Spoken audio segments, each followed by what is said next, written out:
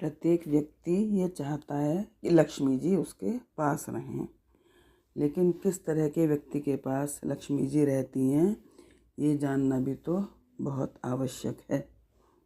आइए सुनते हैं, अच्छे विचारों से ही जीवन सुंदर बनता है।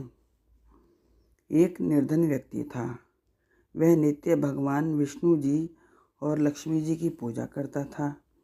एक बार जब दीपावली के दिन उसने भगवती लक्ष्मी की श्रद्धा भक्ति से पूजा अर्चना की तो उसकी आराधना से लक्ष्मी प्रसन्न होकर उसके सामने प्रकट हुई और उसे एक अंगूठी भेंट देकर अदृश्य हो गईं। अंगूठी सामान्य नहीं थी। उसे पहनकर जैसे ही अगले दिन उसने धन पाने की कामना की तो उसके सामने धन का ढेर लग गया। वह खुशी के मारे झूम उठा। इसी बीच उसे भूख लगी तो मन में अच्छे पकवान खाने की इच्छा हुई।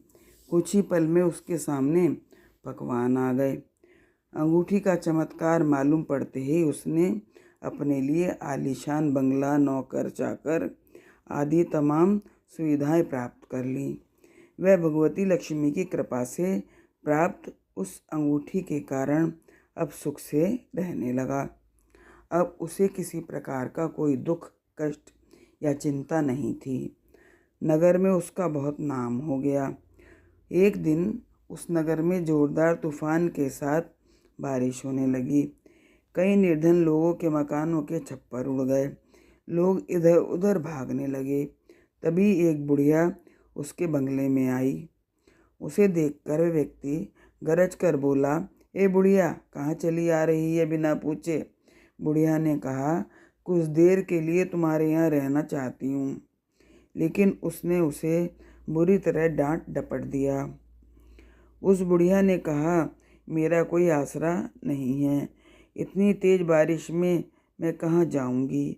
थोड़ी देर की ही तो बात है। लेकिन उसकी किसी भी बात का असर उस व्यक्ति पर नहीं पड़ा। जैसे ही सेवकों ने उसे द्वार से बाहर किया वैसे ही जोरदार बिजली कौंधी। देखते ही देखते उस व्यक्ति का मकान जलकर खाक हो गया। उसके हाथ की अंगूठी भी गायब हो गई। सारा वैभव पल भर में राख के ढेर में बदल गया। उसने आँख खोलकर जब देखा तो सामने लक्ष्मी जी खड़ी थी। जो बुढ़िया कुछ देर पहले उसके सामने दीनहीन होकर गिड़गिड़ा रही थी, वही अब लक्ष्मी जी के रूप में उसके सामने मंद मंद मुस्कुरा रही थी। वह समझ गया उसने बुढ़िया को नहीं, साक्षात लक्ष्मी जी को घर से बाहर निकाला था।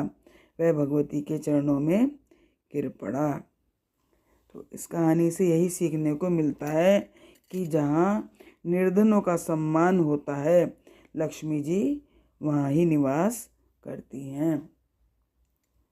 भगवान आपको खुश रखें, स्वस्थ रखें।